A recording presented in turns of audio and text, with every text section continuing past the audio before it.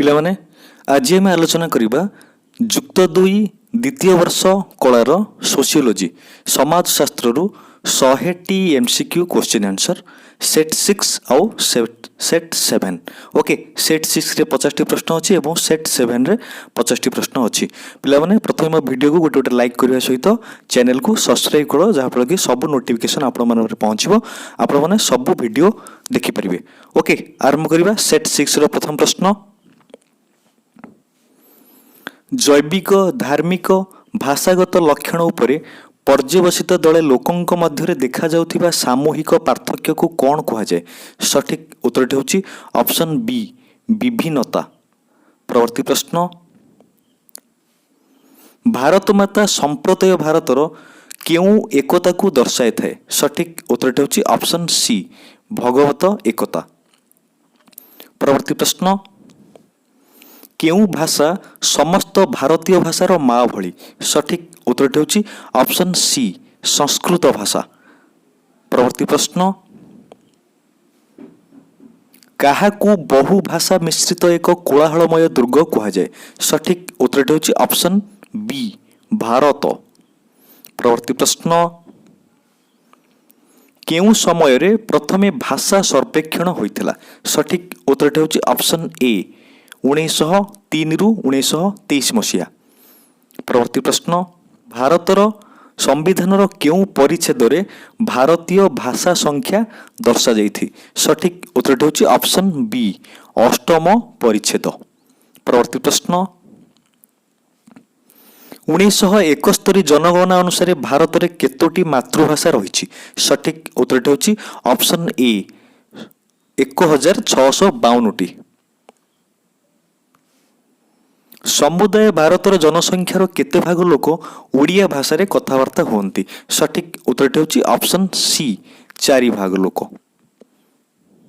ପରବର୍ତ୍ତୀ ପ୍ରଶ୍ନ, ବିଶିଷ୍ଟ ଭାଷାବିତ୍ ଜର୍ଜ ଗ୍ରିୟର୍ସନଙ୍କ ମତରେ ଭାରତରେ କେତୋଟି ଭାଷା ଓ କେତୋଟି ଉପଭାଷା ରହିଛି?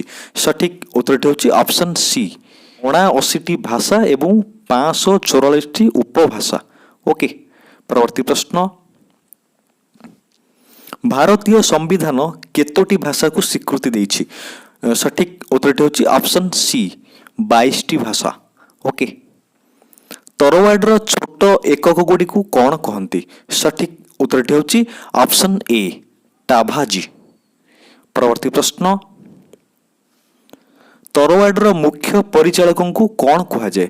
ସଠିକ୍ ଉତ୍ତରଟି ହେଉଛି ଅପସନ୍ ଡି, କର୍ଣ୍ଣଭାନ୍। ଓକେ, ପରବର୍ତ୍ତୀ ପ୍ରଶ୍ନ, ଯୌଥ ପରିବାରରେ 3ରୁ 4 ପୁରୁଷ ଲୋକ ଏକତ୍ର ବାସ କରନ୍ତି ଏବଂ ଯାହାର ସଦସ୍ୟମାନେ ପରସ୍ପର ସହ ସମ୍ପତ୍ତି, ଆୟ ଏବଂ ପାରସ୍ପରିକ ଅଧିକାର ଓ କର୍ତ୍ତବ୍ୟ ଆଦି ଦୃଷ୍ଟିରୁ ସମ୍ପର୍କିତ ହୋଇଥାନ୍ତି। ଏ କଥାଟା କିଏ କହିଥିଲେ? ସଠିକ୍ ଉତ୍ତରଟି ହେଉଛି option C, I.P. Desai. Hindu ଯୌଥ ପରିବାରର ମୌଳିକ ନୀତି ହେଉଛି ସପିଣ୍ଡ ବନ୍ଧନ, ଯାହାକୁ ଛାଡ଼ି ଯୌଥ ପରିବାର ଗଠନ କରିବା ସମ୍ଭବ ହୋଇନଥାଏ। ଏହି ସଂଜ୍ଞା କିଏ ଦେଇଥିଲେ? ସଠିକ୍ ଉତ୍ତରଟି ହେଉଛି ଅପସନ୍ ଏ, C.B. ମେମୋରିଆ। ପରବର୍ତ୍ତୀ ପ୍ରଶ୍ନ, କେରଳର ନାୟାରମାନଙ୍କ ମଧ୍ୟରେ ମାତୃସ୍ଥାନୀୟ ଓ ମାତୃକେନ୍ଦ୍ରିକ ପରିବାରକୁ କ'ଣ କୁହାଯାଏ? ପ୍ରଶ୍ନଟି 2018 ବୋର୍ଡ ପରୀକ୍ଷାରେ ଆସିଥିଲା। ସଠିକ୍ ଉତ୍ତରଟି ହେଉଛି ଅପସନ୍ ବି, ତରୱାର୍ଡ଼ କୁହାଯାଏ। ଓକେ, କାହାର ପୁଅମାନେ ଇଲମର ସଭ୍ୟ ହେବାକୁ ହକଦାର? ସଠିକ୍ ଉତ୍ତରଟି ହେଉଛି ଅପସନ୍ ଏ, ବଡ଼ ପୁଅର ପୁଅମାନେ ଇଲମର ସଭ୍ୟ ହେବାକୁ ହକଦାର। ପରବର୍ତ୍ତୀ ପ୍ରଶ୍ନ, ନିମ୍ନୋକ୍ତ ମଧ୍ୟରୁ ଗ୍ରାମ୍ୟ ସମୁଦାୟରେ କ'ଣ ପ୍ରାୟ ଦେଖିବାକୁ ମିଳେ? ସଠିକ୍ ଉତ୍ତରଟି ହେଉଛି ଅପସନ୍ ବି, ସାମାଜିକ ସଞ୍ଚାଳନ। ନିମ୍ନୋକ୍ତ ମଧ୍ୟରୁ କିଏ କହିଛନ୍ତି ଗ୍ରାମ୍ୟ ସଂସ୍କୃତି ସଂସ୍କାର ବିରୋଧୀ ଥିବା ସ୍ଥଳେ ସହର ସଂସ୍କୃତି ସଂସ୍ଥାର ପନ୍ଥୀ ଥିବାର ଜଣାଯାଏ? ସଠିକ୍ ଉତ୍ତରଟି ହେଉଛି ଅପସନ୍ ବି, ନିଉ ମେୟର। ଭାରତରେ କେତୋଟି ଗ୍ରାମ ରହିଛି? ସଠିକ୍ ଉତ୍ତରଟି ହେଉଛି ଅପସନ୍ ଏ, କେତେ ନା 51,349ଟି ଗ୍ରାମ ରହିଛି। ଓକେ, ପରବର୍ତ୍ତୀ ପ୍ରଶ୍ନ, सहर कौन प्रत्येक लोक जानती मात्र केही सहरर संतोषजनक संज्ञा दे परिबे नाही ए कथाटा किए कहितले सठिक उत्तरटी होछि ऑप्शन बी बर्गेल कहितले। परवर्ती प्रश्न धर्म और गोष्ठी भावना जागृत करी जातीय संहतिर पथरोध करुथिबा उपादानटीर नाम कौन सठिक उत्तरटी होछि ऑप्शन बी सांप्रदायिकतावाद। काहा मतरे सांप्रदायिकता हेउची एक प्रकार राजनैतिक सिद्धांत जहाँकि धर्म और संस्कृतिगत पार्थक्य गुड़ी को राजनैतिक स्वार्थ हासिल पर नियोजित करिଥାଏ सठिक उत्तरटी होछि ऑप्शन बी प्रभा दीक्षित। परवर्ती प्रश्न काहा मतरे जातीय संहति एक मनोवैज्ञानिक एवं शैक्षणिक प्रक्रिया जहिरे एकता दृढ़ता एवं पारस्परिक संपर्क प्रतिष्ठा आदि भावनार विकास संश्लिष्ट थाए और लोकमानक मध्यरे साधारण नागरिक भावना तथा जाति प्रति आनुगत्य देखिबाकू मिलिଥାଏ सठिक उत्तरटी होछि ऑप्शन ए डॉक्टर घुरे। ओके परवर्ती प्रश्न सांप्रदायिकतावादर एक मुख्य कारण कौन सठिक उत्तरटी होछि ऑप्शन बी ऐतिहासिक पृष्ठभूमि। ओके काहा मतरे जातिवाद हेउछि मात्रातिरिक्त अंध एवं दाम्भिक गोष्ठी आनुगत्य जहांक न्यायबोध औचित्य साम्य और विश्व भातृत्वभाव आदि सुस्थ सामाजिक मानदंड गुड़िक उपेक्षा करिଥାଏ सठिक उत्तरटी होछि ऑप्शन ए काका कालेकर। परवर्ती प्रश्न काहा मतरे महीशूर राज्य में पंचायत निर्वाचन आरंभ कर राज्यर मंत्रिमंडल और सचिव मान नियुक्ति क्षेत्र में जातिवाद नीति को अनुसरण करा जायଥାଏ सठिक उत्तरटी होछि option A Srinivas. Caste in Indian politics पुस्तक रचयिता किए सठिक उत्तरटी होछि option A Rajni Kothari. Modernity of tradition पुस्तक रचयिता किए सठिक उत्तरटी होछि ऑप्शन ए रुडलफ एवं रुडलफ। जातिवादर एक मुख्य कारण कौन समजाति विवाह ना अनुलोम विवाह ना प्रतिलोम विवाह ना ये समस्त सठिक उत्तरटी होछि ऑप्शन ए समजाति विवाह। जनकर श्रेणी प्रस्थिति उत्पादन उत्पादक सह थिबा यार संपर्क द्वारा निर्धारित होता है श्रेणी मुख्यतः अधिकृत धन संपद वृत्ति एवं आय आदि केतक आर्थिक मानदंड द्वारा स्थिर होता है ए कथाटा किए कहितले सठिक उत्तरटी होछि ऑप्शन ए कार्ल मार्क्स कहितले। निम्नलिखित मध्यरु किए पुनर्जन्म रे विश्वास रखिଥାଏ सठिक उत्तरटी होछि ऑप्शन बी जाति। विभिन्न सुविधा सुजोग प्राप्ति पाई संविधान अष्टम अनुच्छेद अंतर्भुक्त थिबा विभिन्न अनुन्नत जाति मानकु कौन कहती सठिक उत्तरटी होछि ऑप्शन ए अनुसूचित जाति। परवर्ती प्रश्न आधुनिक सामाजिक संगठन पुस्तक किए लिखिथिले सठिक उत्तरटी होछि ऑप्शन डी मार्क्स वेबर। परवर्ती प्रश्न प्रत्येक समाज स्थिरीकृत और एक श्रेणीविहीन समाज एक अवास्तव परिकल्पना ए कथाटा किए कहितले सठिक उत्तरटी होछि ऑप्शन डी डब्ल्यूएफ अकबर्न कहितले। श्रेणी मुख्यतः शिल्पभित्तिक समाज रे देखा जायथे किए कथाटा कहितले सठिक उत्तरटी होछि ऑप्शन बी टीबी बटमोर कहितले। भारत सरकार को केउ आईन रे अनुसूचित जाति शब्द व्यवहृत होइतिला सठिक उत्तरटी होछि ऑप्शन ए 1935। डिकू शब्दर अर्थ कौन सठिक उत्तरटी होछि ऑप्शन ए सबु प्रकार बाहर लोक डिकू शब्दर अर्थ। ओके पिला देखिए परवर्ती प्रश्न को जीवा। निम्नलिखित समस्या गुड़िक मध्य केउंटी जनजातिर प्रमुख समस्या सठिक उत्तरटी होछि ऑप्शन बी जंगलरू अधिकार ह्रास। जनजाति मानकर शिक्षागत और अर्थनैतिक स्वार्थ को संविधान केउं धारा सुरक्षा देइछि सठिक उत्तरटी होछि ऑप्शन बी संविधान धारा 46 रे। 1956 मसीहा शिल्पनीति अनुसूची क रे केतोटी शिल्प रखा जाइतिला सठिक उत्तरटी होछि ऑप्शन ए 17टी। काहा मतरे क्रम विवर्तित समाज निजक द्रुत परिवर्तन सहित खाप खुआइबा सहित ज्ञान विज्ञान क्षेत्र में एक वैप्लविक चिंता आनी पारिपार्श्विक व्यवस्था को विज्ञान और विप्लव में रूपांतरित करिଥାଏ सठिक उत्तरटी होछि ऑप्शन बी सीई ब्लैक। परवर्ती प्रश्न କାହା ମତରେ ଏହା ଏକ ମନସ୍ତାତ୍ତ୍ୱିକ ଭାବଧାରା ଅଟେ ଏବଂ ମନୁଷ୍ୟର ମୂଲ୍ୟବୋଧ ଭାବଧାରା ଓ ଆଶାରେ ପରିବର୍ତ୍ତନ ଆଣିଥାଏ। ଆଧୁନିକ ମାନବର ବ୍ୟକ୍ତିତ୍ୱ ପରିବର୍ତ୍ତନଶୀଳ ଏବଂ ତାର ଆନୁଗତ୍ୟ ଓ ପରିଚୟ ବ୍ୟାପକ ରୂପ ଦେଇଥାଏ। ଏ କଥାଟା କିଏ କହିଥିଲେ? ସଠିକ୍ ଉତ୍ତରଟା ହେଉଛି ଅପସନ୍ ଏ, ଇଟିଂଟନ୍ କହିଥିଲେ। ପରବର୍ତ୍ତୀ ପ୍ରଶ୍ନ, ପରିବର୍ତ୍ତନ ଏକ ପ୍ରକ୍ରିୟା ଯାହାଦ୍ୱାରା ଭବିଷ୍ୟତ ଆମ ଜୀବନକୁ ଅନୁପ୍ରବେଶ ବା ଆକ୍ରମଣ କରେ। ଏ କଥାଟା କିଏ କହିଥିଲେ? ସଠିକ୍ ଉତ୍ତରଟା ହେଉଛି ଅପସନ୍ ଏ, ଆଲଭିନ୍ ଟଫଲର କହିଥିଲେ। ଯେଉଁ ପ୍ରକ୍ରିୟା ବିଶ୍ୱକୁ ଦେଶ ଦେଶ ମଧ୍ୟରେ ଥିବା ସୀମାରେଖାକୁ ଊର୍ଦ୍ଧ୍ୱରେ ରହି ସମଗ୍ର ମାନବ ସମାଜକୁ ସହଯୋଗ ଓ ସହାନୁଭୂତିରେ ବାନ୍ଧି ରଖିଥାଏ ତାହାକୁ କ'ଣ କୁହାଯାଏ? ସଠିକ୍ ଉତ୍ତରଟା ହେଉଛି ଅପସନ୍ ବି, ଆଧୁନିକୀକରଣ କୁହାଯାଏ। କେଉଁଟି ଏକ ସାମାଜିକ ପରିବର୍ତ୍ତନ ପ୍ରକ୍ରିୟା? ସଠିକ୍ ଉତ୍ତରଟା ହେଉଛି ଅପସନ୍ ସି, ସଂସ୍କୃତିକରଣ। ଶିଳ୍ପ କ୍ଷେତ୍ରରେ ଜାତୀୟ ଆୟକୁ ଅବଦାନ କେତେ? ସଠିକ୍ ଉତ୍ତରଟା ହେଉଛି ଅପସନ୍ ଏ, 28%। କେଉଁ ପ୍ରଧାନମନ୍ତ୍ରୀଙ୍କ ସମୟରେ ଭାରତରେ ଜଗତୀକରଣ ପ୍ରକ୍ରିୟା ଆରମ୍ଭ ହୋଇଥିଲା? ସଠିକ୍ ଉତ୍ତରଟା ହେଉଛି ଅପସନ୍ ବି, ପିଭି ନରସିଂହ ରାଓ। ପରବର୍ତ୍ତୀ ପ୍ରଶ୍ନ, ଭାରତରେ କେବେଠାରୁ ଜଗତୀକରଣ ପ୍ରକ୍ରିୟା ଆରମ୍ଭ ହେଲା? ସଠିକ୍ ଉତ୍ତରଟା ହେଉଛି ଅପସନ୍ ଏ, 1990ରୁ। ଶେଷ ପ୍ରଶ୍ନ ସେଟ୍ 6ର, କେଉଁଟି ଜଗତୀକରଣ ପ୍ରକ୍ରିୟାର ଏକ ଅପକାରିତା? ସଠିକ୍ ଉତ୍ତରଟା ହେଉଛି ଅପସନ୍ ଏ, ଅନିଶ୍ଚିତତା ସୃଷ୍ଟି କରେ। ଓକେ ପିଲାମାନେ ଦେଖ ସେଟ୍ 7, ସେଟ୍ 7ରେ ବି 85 ପ୍ରଶ୍ନ ଅଛି। ଓକେ ଆରମ୍ଭ କରିବା ସେଟ୍ 7ର ପ୍ରଥମ ପ୍ରଶ୍ନ। 2011 ଜନଗଣନା ଅନୁସାରେ ଭାରତରେ ଜନସଂଖ୍ୟା କେତେ? ସଠିକ୍ ଉତ୍ତରଟା ହେଉଛି ଅପସନ୍ ଏ, 121 କୋଟି।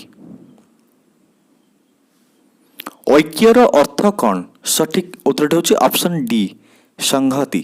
ଓକେ ପରବର୍ତ୍ତୀ ପ୍ରଶ୍ନ, ବିଭିନ୍ନତାର ଅର୍ଥ କ'ଣ? ସଠିକ୍ ଉତ୍ତରଟି ହେଉଛି ଅପସନ୍ ଡି, ଅସମାନତା। ନିମ୍ନୋକ୍ତ ମଧ୍ୟରୁ ଏକତାର ଉପାଦାନ କେଉଁଟି? ସଠିକ୍ ଉତ୍ତରଟି ହେଉଛି ଅପସନ୍ ଏ, ଐତିହାସିକ। କେଉଁ ରାଜାଙ୍କ ନାମ ଅନୁସାରେ ଦେଶର ନାମ ଭାରତ ହୋଇଛି? ସଠିକ୍ ଉତ୍ତରଟି ହେଉଛି ଅପସନ୍ ଏ, ଭରତ। ଭାରତର ଲୋକମାନଙ୍କ ମଧ୍ୟରେ ପରିଲକ୍ଷିତ ହେଉଥିବା ଧାର୍ମିକ ପାର୍ଥକ୍ୟକୁ କ'ଣ କୁହାଯାଏ? ସଠିକ୍ ଉତ୍ତରଟି ହେଉଛି ଅପସନ୍ ସି, ଧାର୍ମିକ ବିଭିନ୍ନତା। ଭାରତ ମାତା ସମ୍ପ୍ରତି ଭାରତର କେଉଁ ଏକତାକୁ ଦର୍ଶାଇଥାଏ? ସଠିକ୍ ଉତ୍ତରଟି ହେଉଛି ଅପସନ୍ ବି, ଭାଷାଗତ ଏକତା। ଭାରତବର୍ଷ କେଉଁ ମହାଦେଶର ଏକ ଉପଦ୍ୱୀପ ଅଟେ? ସଠିକ୍ ଉତ୍ତରଟି ହେଉଛି ଅପସନ୍ ଏ, ଏସିଆ। କେଉଁ ନଦୀ ନାମ ଅନୁସାରେ ଭାରତର ନାମ ଇଣ୍ଡିଆ ହୋଇଛି? ସଠିକ୍ ଉତ୍ତରଟି ହେଉଛି ଅପସନ୍ ବି, ସିନ୍ଧୁ, ଯାହାକୁ ଇଣ୍ଡସ୍ ବୋଲି କୁହାଯାଉଛି। ପରବର୍ତ୍ତୀ ପ୍ରଶ୍ନ, କେତେ ବର୍ଷ ପୂର୍ବେ ଭାରତରେ ସର୍ବପ୍ରଥମେ ମନୁଷ୍ୟର ଆବିର୍ଭାବ ଘଟିଥିଲା? ସଠିକ୍ ଉତ୍ତରଟି ହେଉଛି ଅପସନ୍ ଏ, ଖ୍ରୀଷ୍ଟପୂର୍ବ 5 ଲକ୍ଷ ବର୍ଷ ପୂର୍ବେ। ଓକେ ଜାତି ପ୍ରଥାର ଏକ ବିଶେଷ ପରିବର୍ତ୍ତନ କ'ଣ? ସଠିକ୍ ଉତ୍ତରଟି ହେଉଛି ଅପସନ୍ ବି, ଜାତି ସଂରଚନାରେ ପରିବର୍ତ୍ତନ। ଜାତି ପ୍ରଥାକୁ ପ୍ରଭାବିତ କରୁଥିବା ଉପାଦାନଟି କ'ଣ? ସଠିକ୍ ଉତ୍ତରଟି ହେଉଛି ଅପସନ୍ ଏ, ଶିଳ୍ପକରଣ। ଜାତି ଏକ କ'ଣ ଅଟେ? ସଠିକ୍ ଉତ୍ତରଟି ହେଉଛି ଅପସନ୍ ଡି, କୌଳିକ ବୃତ୍ତି। ଜାତିର ଉଚ୍ଚ ନିଚ କ୍ରମ ପାଇଁ ଭାବନା କାହା ଉପରେ ପର୍ଯ୍ୟବସିତ? ସଠିକ୍ ଉତ୍ତରଟି ହେଉଛି ଅପସନ୍ ଏ, ପବିତ୍ର ଅପବିତ୍ର। ନିମ୍ନଲିଖିତ ଲକ୍ଷଣ ମଧ୍ୟରୁ ଜାତିର ଲକ୍ଷଣ କିଏ? ସଠିକ୍ ଉତ୍ତରଟି ହେଉଛି ଅପସନ୍ ଡି, କୌଳିକ ବୃତ୍ତି।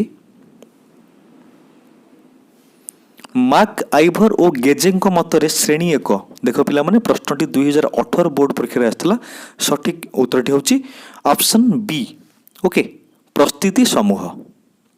ଓକେ ଶ୍ରେଣୀ ମୁଖ୍ୟତଃ ଅର୍ଥନୈତିକ କାରଣ ଯଥା ଧନ, ସମ୍ପଦ, ବୃତ୍ତି ଓ ଆୟ ଶ୍ରେଣୀକୁ ନିର୍ଦ୍ଧାରଣ କରେ। ଏ କଥାଟା କିଏ କହିଥିଲେ? ସଠିକ୍ ଉତ୍ତରଟି ହେଉଛି ଅପସନ୍ ବି, କାର୍ଲ ମାର୍କ୍ସ କହିଥିଲେ। ସମାଜ ବିଜ୍ଞାନୀମାନେ ଶ୍ରେଣୀକୁ କେତେ ଭାଗରେ ବିଭକ୍ତ କରିଛନ୍ତି?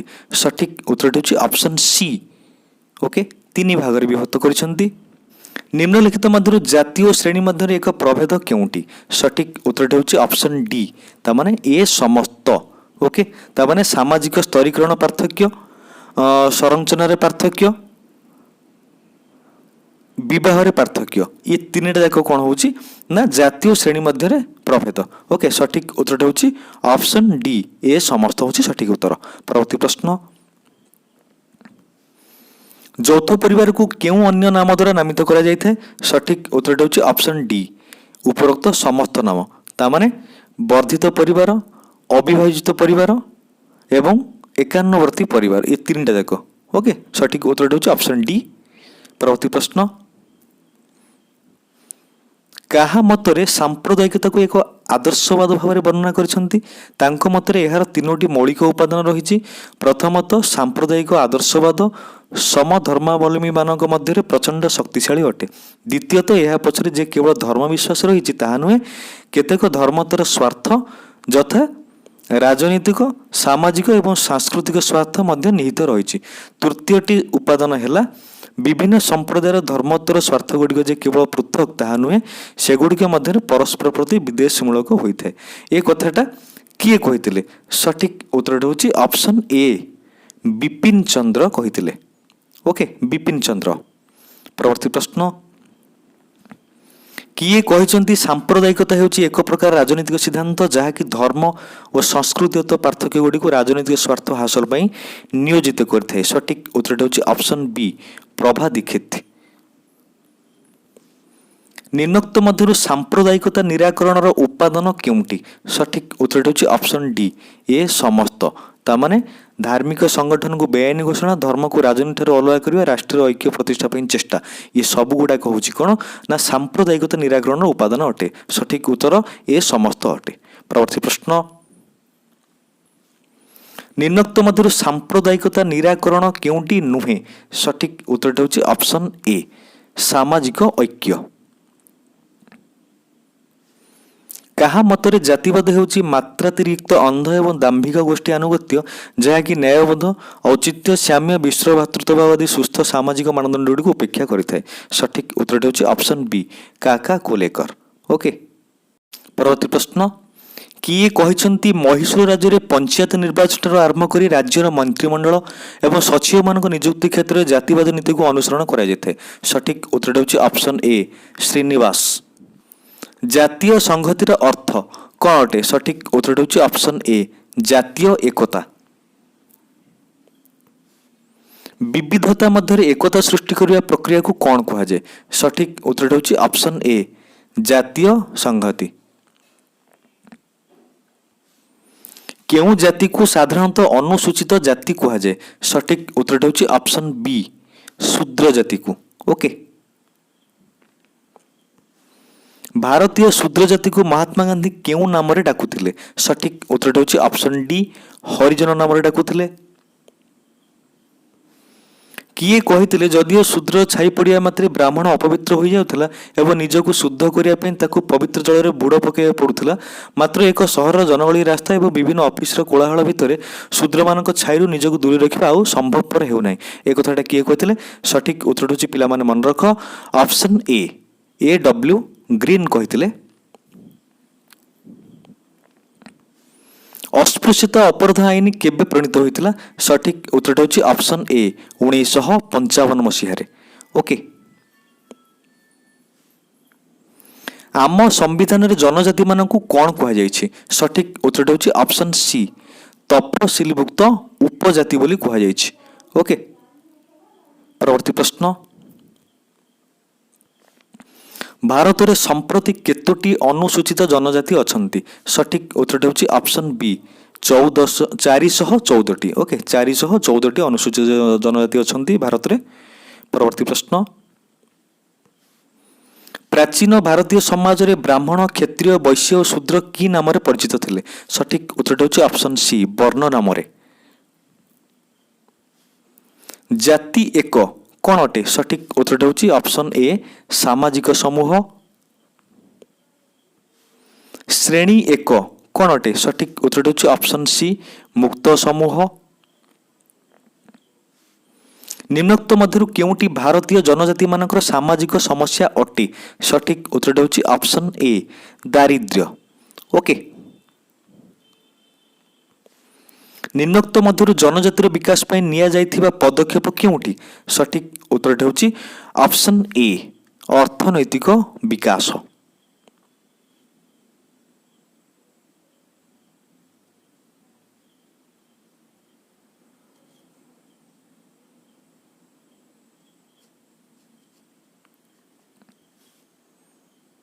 କିଏ ସର୍ବପ୍ରଥମେ ଜଗତୀକରଣ ଶବ୍ଦର ପ୍ରୟୋଗ କରିଥିଲେ?